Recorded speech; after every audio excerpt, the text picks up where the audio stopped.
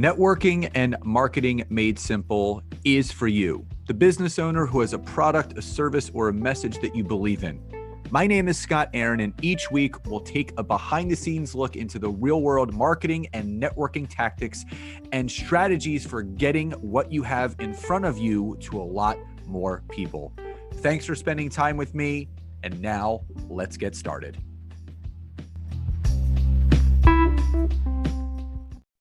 Hey, everybody. Welcome back to another podcast episode. This is another special episode because someone's joining me today.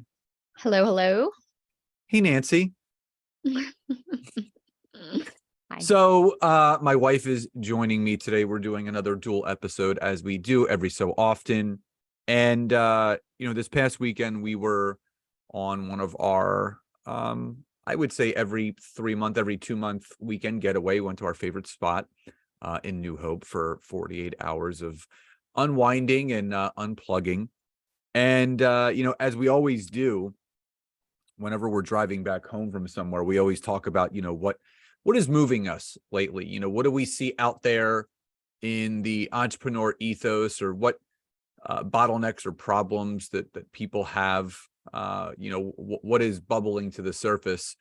And for the past, I would say 3+ years, something that still remains, I would say, a bottleneck or a thorn in a lot of entrepreneurs' sides is content creation. There are some people that totally get it.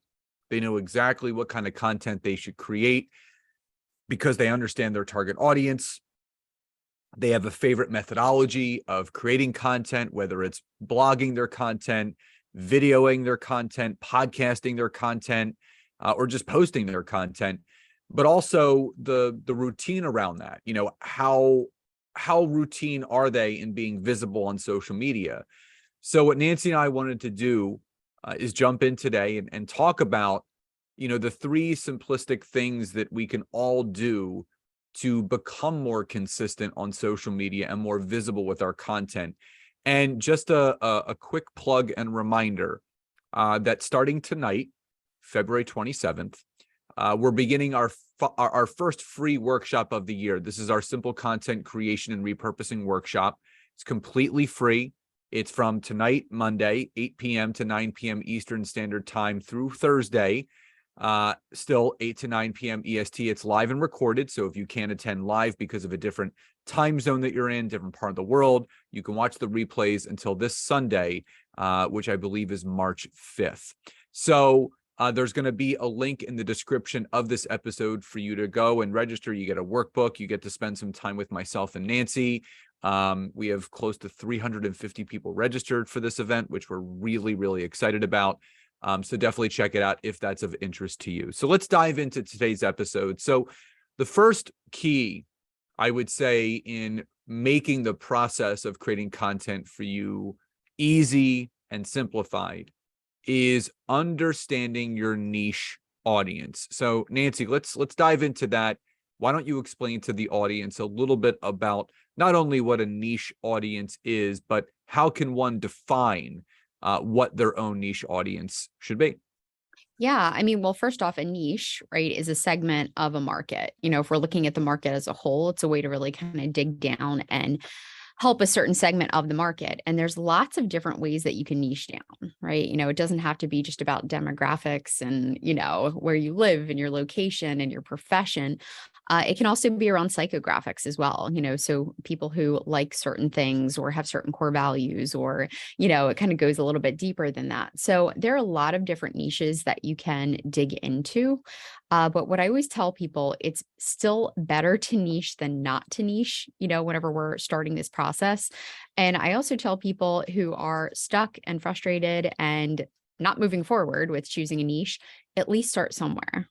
Right. Look at the market segment, or, look at the market as a whole and, start to work your way down one level at a time, if you can start to dig a little bit deeper, so I know over the years, even my agency, we've changed, who we serve several times, and that's absolutely fine. But when you're able to choose a niche within a market, it makes it so much easier for you to create content. that really resonates with, the audience that you're attracting. It really helps with so many different things. It helps you to be less scattered, right? I can't tell you how many entrepreneurs and people who I talk to who are just getting started online and they're like, oh my gosh, I'm so frustrated and overwhelmed and confused because I'm posting all these things and I don't know what to post and what not to post. And so it's really important that we do niche down and, think about the people that we are trying to attract within our business. Who are the people that you want to work with? What is that niche of the market that you really want to attract? There's two things that always come to mind for me. Number one, it's what Seth Godin says is that you never want to market to people, you want to market with people. And that's what you need to envision. So if you have a product, if you have a good, if you have a service, a coaching program, maybe you run your own group mastermind like Nancy and I do, who is that person from a professional standpoint or an industry standpoint that you're marketing with? They're sitting right alongside of you, so they're going to completely understand your message. They're going to understand some of the key things that you're pointing out, maybe in a tip value added piece of content. The other thing that comes to mind is really understanding not only as far as who you're marketing with, but who you best serve. And something that Nancy and I always talk about, and we go over this in our workshop, is that you don't want to work with everybody. I think that's the mistake that people make. They have this giving heart, which we all do, and I want to serve and I want to help everyone. I can help everyone. Yeah. And again, to a certain extent, maybe you can help everyone, but the people that you want to help are the ones that are going to get the best results. And Nancy and I talk about this all the time. Your best source of revenue for your business is referrals from people that you've worked with. Because again, you can spend all the money you want on Facebook and Instagram ads. You can spend, all the time doing workshops. The most fruitful and monetized aspect of your marketing is actually getting referrals from people that you've gotten results for. So that's why you want to be really clear with your niche, because the more people that you work with that are the right fit for what you offer, the better results they're going to get. So niche down. And again, as Nancy alluded to, her demographic, her niche market has shifted over the last number of years, as has mine. And that is completely normal. Who you want to serve right now may be completely different from who you may want to serve 12, 24, 36 months from now. So the first tip is to make sure you identify your niche. Number two is understanding the different types of pillar content and which one is most easy and streamlined for you to create so you can actually be consistent on social media. So Nancy, let's dive into pillar content, because a lot of people just see content as content. They don't know that there's different forms of pillar content, as we kind of alluded to in the beginning of this episode. So talk a little bit more about what is pillar content and why is it so important when someone is, not only building their business online, but how can that help them create consistent content? Yeah. So pillar content, and you can also call it, you can swap that term out for long form content. We use it in the same context. But pillar content gives you the ability to create, like Scott said, right, that longer form type of content that you're able to do so many other things with. Okay. And I absolutely love it. I talk about it all day long. And the reason why I do is because when you take the time to write longer form content, and what I mean by that is maybe doing a video, walking through steps and 3 tips, how to whatever, if you're writing a blog or an article, right? This could be 3 to 5 paragraphs or more, right? In fact, we were just talking about this. What was it? Social Media Examiner, right? Requires at least how many? Like 3,000 words, which ends up being in written form about a 10 to 12 minute read. So it's juicy. It's juicy. Yeah. So, I mean, really there's a wide range there, but here's my whole point is by you as the expert, taking the time, number one, to niche down, get clear on what your audience needs. You start to dig down, and, I always say, just make sure it's very clear on the things that you want to start talking about and help with. And then boom, when you start creating this longer form pillar content each week, it provides so much amazingness. And okay, I'm going to break down a few different things that you can do with it. So number one, let's say, right? So I'm someone who actually likes to write articles and blog posts. I completely, right? So I just recently released a book, my first book. Those were all blogs and articles and podcast episodes that I did prior. In fact, last year, my season 2 of my podcast episode, that was all my book, right? Because as I was writing the chapters, right, I was explaining what is a personal brand and why you should have a personal brand and tips to build your personal brand. And again, I was targeting coaches and consultants. And so my book was able, right? I did some reformatting, I tweaked some things, I added some extra zhuzh, right? And I was able to publish that as my book. Okay. And it's great information. It gives so much value. And it's also content that I was able to use in my weekly content that I post across all my different social media platforms. So one of the benefits is the ability to repurpose that content into other things, because this is you being the expert, the thought leader, this is your intellectual property, right? That you can do so many things with. So I highly recommend taking the time to at least think about writing one pillar piece of content or long form content, right? And that breaks down to 4 a month. Okay. You can even batch if you'd like, which is sit down and do them all at once. But I challenge you to do that, because once you get going and you get on this content creation machine and you start to just pump this stuff out, now you have, okay, again, using the example of an article, you now have a script that you can basically use to do a video, to do a podcast episode, to also put into a book, and to break apart into different pieces of content. So you can do so many things with it. And then step 2 is you can repurpose that till the cows come home. Okay. So let's say you did a really cool week and you broke apart, all about, and this is what I did one time, I did a whole entire week helping people communicate what they did in a nice and clear way, right? It was the whole week where we talked about, having a nice, clean, crisp business statement. People loved that episode and people loved that content. And so I recognized that whenever I was reviewing, each month, my top performing content. And I took that week and I just repurposed it and re-released it again, a few months later. So it really helps you. Yes. Okay. In the beginning, it might seem a little arduous, right? It might seem a little bit uphill because you're kind of starting and you're writing things from scratch.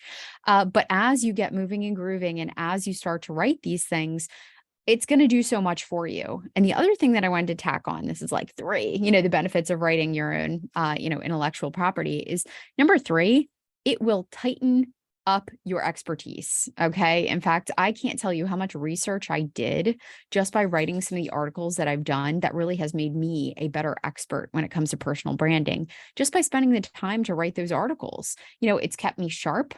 Scott and I talk about it all the time. We say, where can we go to get the most updated information? And, we find our sources, we dig into people, we follow companies, and we're trying to be, always on the cutting edge of the new and, exciting things when it comes to the industry and the niche that we're in. So it can just do so many things for you whenever it comes to creating that pillar content. And, Scott, you mentioned the 3 different types, right? So if you want to share like the 3 different types that you can do, there are different ways that you can do this. Yeah. So a lot of people start at a different place. For me, I started back in 2013. So 10 years ago, with video content. That's where I felt most comfortable. I wasn't yet really ready to write long form articles or blogs. I didn't even think about doing a podcast at that point. I had heard about podcasts, but never thought of doing one. So I was most comfortable starting with video content.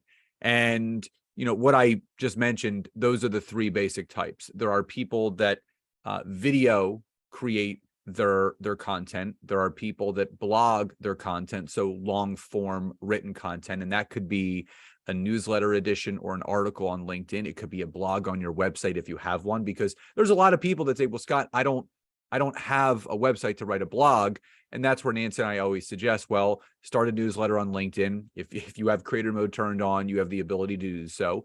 And then there's a lot of people that actually will podcast their content, meaning, what Nancy and I are doing right now. We create video podcasts, we create audio podcasts, and we even transcribe our podcasts into written form so we can actually create a blog or a newsletter edition. So the suggestion that I always have for people is pick one. Pick where you're most comfortable. Are you comfortable showing up on camera? Then if you are, start with video content. If you're not comfortable showing up on camera, but you are comfortable, doing more audio-based content, start with a podcast. But if you're not, comfortable showing up audio-wise, showing up video-wise, and you are much more comfortable, being, behind the keyboard, just punching away and writing out your content that way, then I would start with some long form content, whether it be LinkedIn articles or newsletter editions or a blog. But here's the cool thing. No matter what piece of pillar content you choose as your go-to, it can be repurposed into the other two. Meaning, if you start with a video piece of content, that could be obviously taken and converted into audio only for a podcast, or that podcast or that video can then be transcribed into a long form written blog or newsletter edition. And they're all interchangeable. So say you start with a podcast, that can be turned into a video, and that also can be transcribed and turned into a newsletter or blog.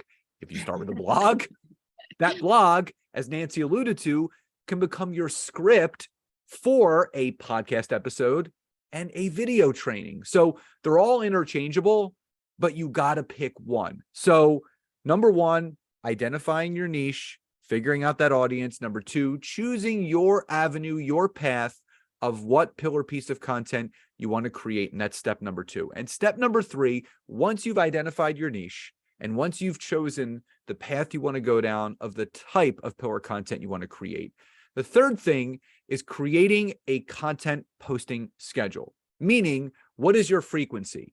How often are you going to be showing up on social media, posting your content? And this is key. You can identify your niche. You can identify and clearly state, this is the type of content that I'm going to create. But once you have all that figured out, you have to decide what your content posting schedule is. So Nancy, why is it important once someone identifies their niche, they choose their pillar content that they want to create and that path they want to go down? Why is it so important to then, put that all together, put a nice little bow on it, put the cherry on top? And why is it so important for people to now create that content posting schedule? Oh, so you're not flying by the seat of your pants. We want to have structure as much as possible. In fact, guys, the way that you scale your business and the way that you're able to build off of successes and make it better and better and better is if we create systems in our business, right? We don't want to just create, something each week and fly by the seat of our pants. We actually want to create a system. So creating a schedule and actually mapping out what you want your frequency to be is incredibly important. And I love that Scott and a lot that he teaches, especially with LinkedIn, we can start with just a few posts a week, right? We don't have to, post like 2 times a day, every few hours or anything like that. We don't need to do that. And in fact, with LinkedIn, I know a recommendation that he usually gives is, posting like Monday, Wednesday, Friday, right? You've got good content going out there. You're showing up for your audience and you're not overwhelming yourself, right? We can all start with just the basic 3, which could be, right? If you did a little breakdown, could be a video, right? You could jump on for like 3 to 5 minutes and talk about something. Could be like, hey, 3 tips how to build your personal brand.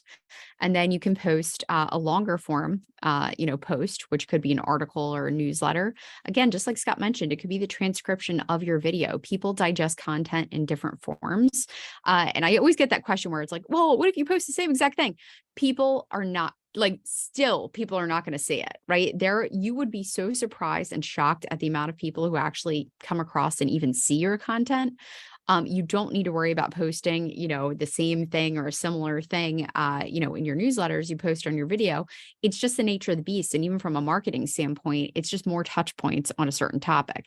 In fact, you could talk about the same topic for 30 days straight. There's still going to be people who are like, oh, I didn't know, or I didn't see that. Trust me. Anyway. So, Wednesday, like I said, could be that long form. And then Friday, maybe you throw out a poll, on LinkedIn, asking a question like, hey, what are the frustrations you have when it comes to building your personal brand? It could be something related to your topic. So that's easy enough, right? If you're listening now and you're like, this still seems so overwhelming. Okay. If I were to literally go through this workflow and explain how this is built out, it's okay. We're going to commit to one, right? Doing that one piece of pillar content. Just as Scott mentioned, video is good for him. Okay. I love to write because that's how my brain works. I like to write it out, kind of, digest it a little bit, and then I can shoot the video on the content. But if you're like Scott, you could shoot a 2 to 5 minute video on a specific topic. You can then, transcribe it using a program like Otter.ai. In fact, heck, let's throw in another tool that you can use, right? ChatGPT. I know it's all the rage right now. People are talking about using it.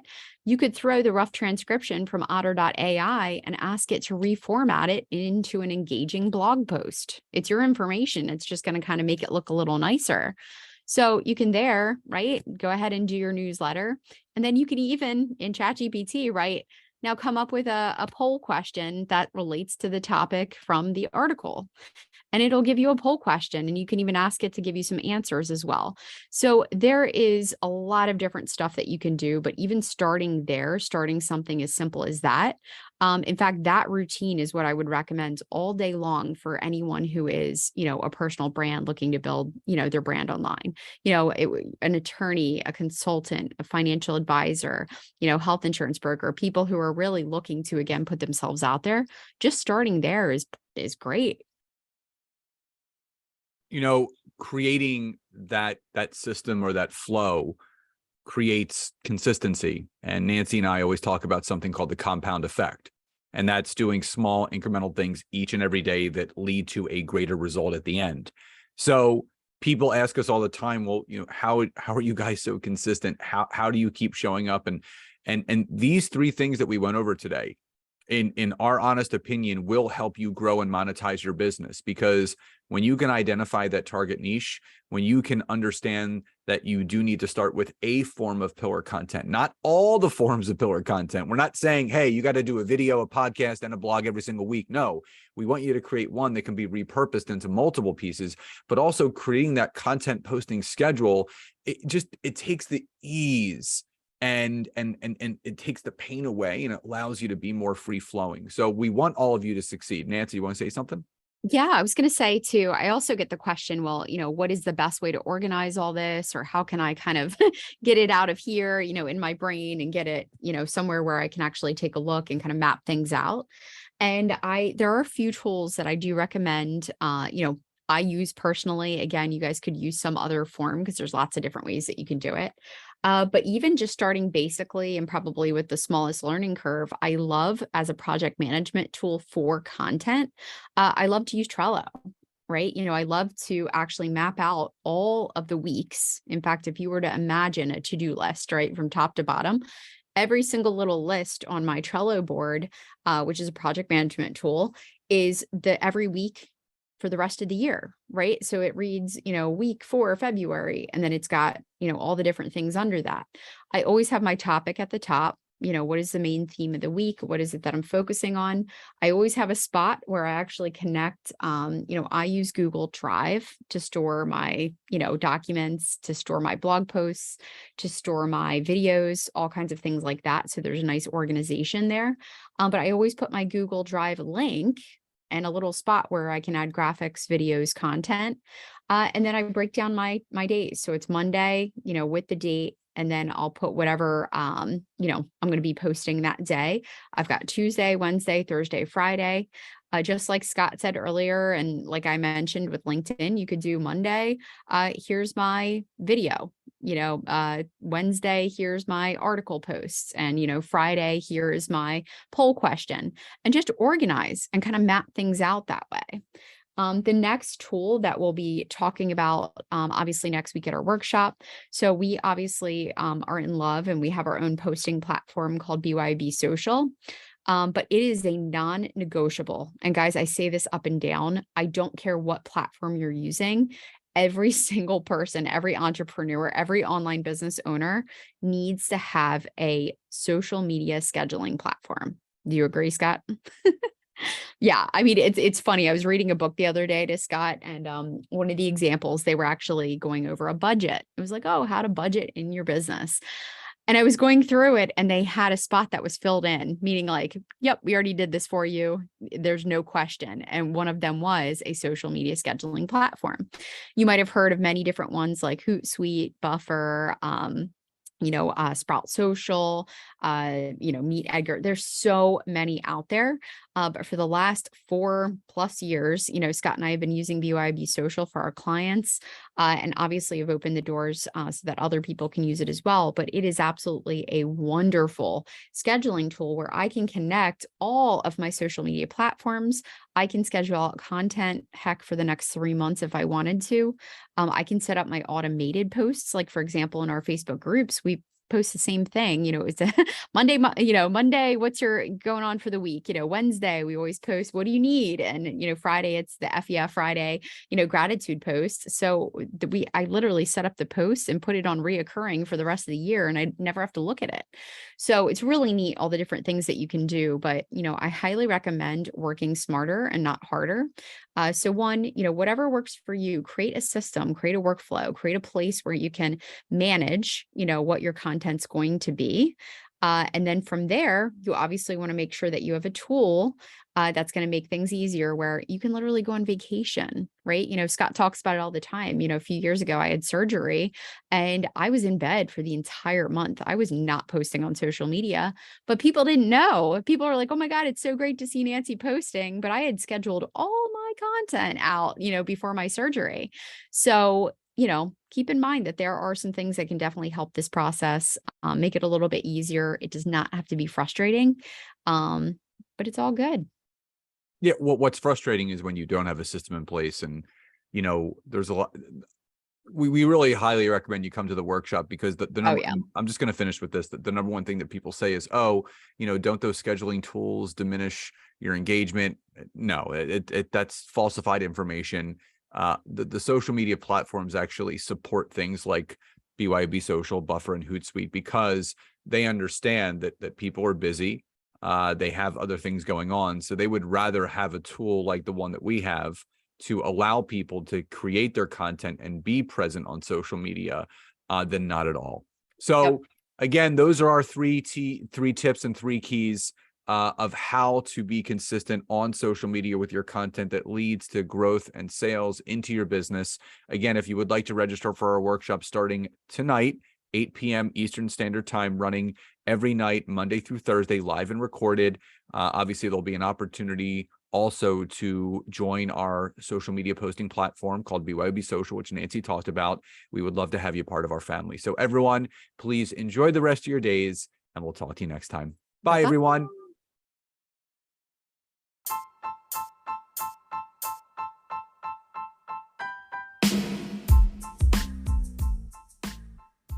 Thank you so much again for checking out today's episode. And if you are listening through iTunes, Spotify, wherever you are, please leave me a rating and review. Let me know what you loved, what you would like to see improved, or ideas you have for future episodes. And if you are interested in taking your business to the next level, don't hesitate to go to my website, www.scottaaron.net, where you can schedule a free discovery call with me, where I can learn more about you, your business, what you're struggling with, and how we can work together. And don't forget to check out my wife, Nancy, and mine, our free community on Facebook called LinkedIn Leads for Life. We would love to see you in there. Have a great rest of your day.